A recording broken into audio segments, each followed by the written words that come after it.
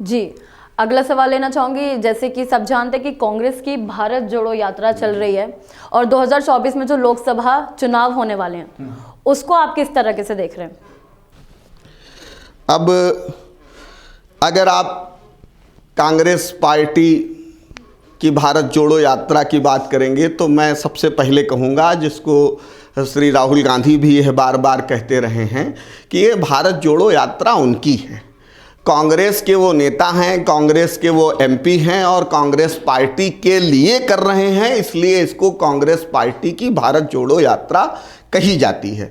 और मैंने भी व्यक्तिगत तौर पर आदर्शवादी कांग्रेस पार्टी और पार्टी के अध्यक्ष के तौर पर भारत जोड़ो यात्रा का समर्थन मैंने किया है।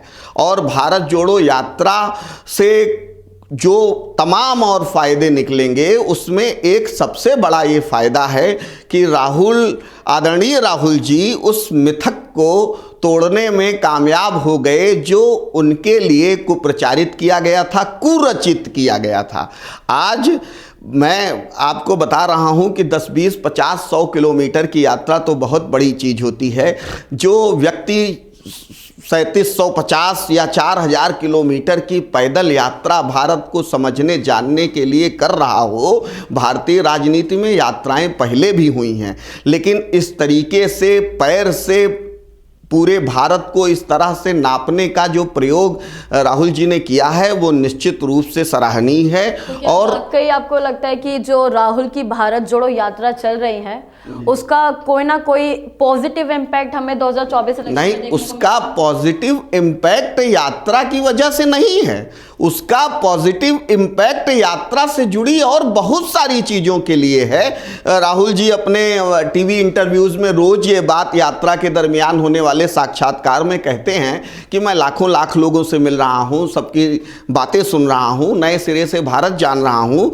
तो मैं यही बात इसमें जोड़ना चाहता हूँ कि बहुत सारी बातें उनको ऐसी जानने का मौका मिल रहा होगा जिसको वो टूल की तरह से इस्तेमाल करेंगे कि किस तरीके से इन अनाचारियों पापियों की सरकार को 2024 में हटाया जाए और कांग्रेस को लाया जाए।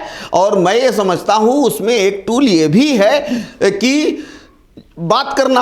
अब अगर वो बात करते हैं लोगों से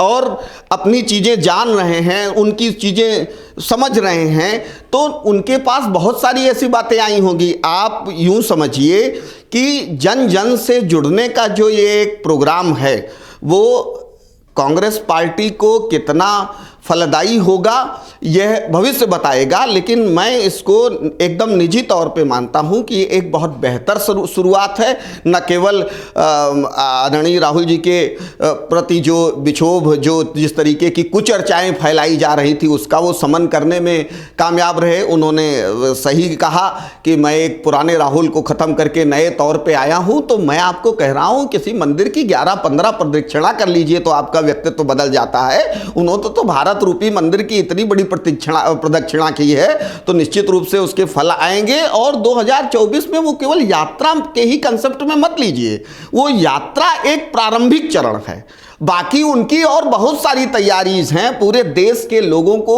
एक सूत्र में समायोजित करने का। जो उन्होंने अभियान चला रखा है उसके परिणाम आने बाकी हैं और मैं इसको बिल्कुल मानता हूं कि एक शुरुआत हो गई है और ये जो शुरुआत है उसका परिणाम बहुत आशाजनक आएगा और निश्चित रूप से भारत देश की राजनीति से भारतीय जनता पार्टी का समापन होगा।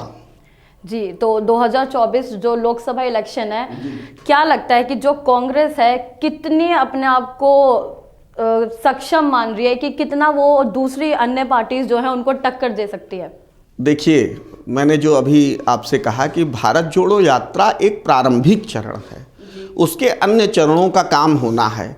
तो जैसे हो सकता है, मैं उनकी पार्टी का नहीं हूं, मैं तो आदर्शवादी कांग्रेस पार्टी के लिए काम करता हूं, लेकिन मुझे ऐसा लगता है कि वो ये जरूर सोच रहे होंगे जिससे सबसे बड़ा मामला क्या है, देश में ईवीएम से चुनाव बंद होने का, देश में विपक्षी दलों की एकता का, देश में भारतीय जनता पार्टी ने देश को जो बुरी तरह का एक बाजार बना डाला है उसके खिलाफ जनमानस को तैयार करने का, ऐसे तमाम प्रकल्पों पे वो काम कर रहे होंगे। और इस तरीके की जो और योजनाएं इस 30 जनवरी को श्रीनगर में भारत जोड़ो यात्रा के समाप्ति के बाद जो दृश्य आएगा, उसमें आपको और बहुत कुछ सवालों का जवाब मिल जाएगा। जी चलिए, इस चर्चा को हम यहीं समाप्त करते हुए बहुत बहुत धन्यवाद सर आपका हमारे स्टूडियो में आने के लिए। इस खास चर्चा में इतना ही। ऐसी अन्य खबरों के लिए बने हमारे साथ, देखते रहे नेशन लाइव। धन्यवाद।